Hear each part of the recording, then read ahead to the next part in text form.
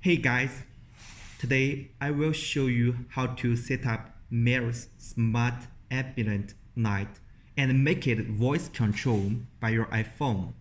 So here we go. There's a physical button on the top of the light.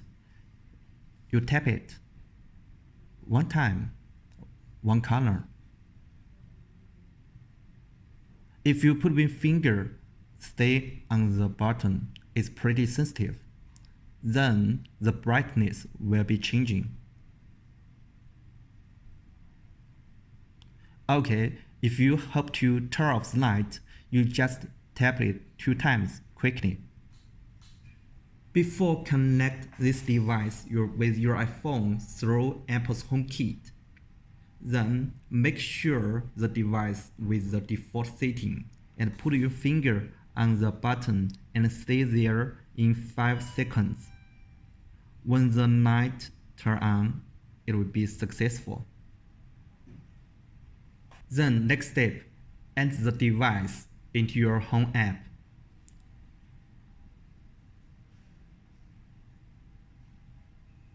There is a barcode on the device. Just scan it. Okay. And make sure on the device there is the internet connection Wi-Fi in your home. The process needs few seconds.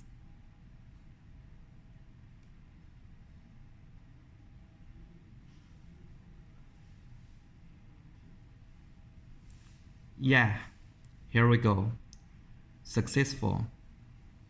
When the color changing, all the setting is to be done.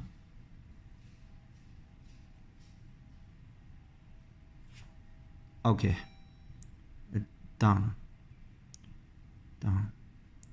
Then you can use this app to turn off and turn on the light. Turn off, turn on,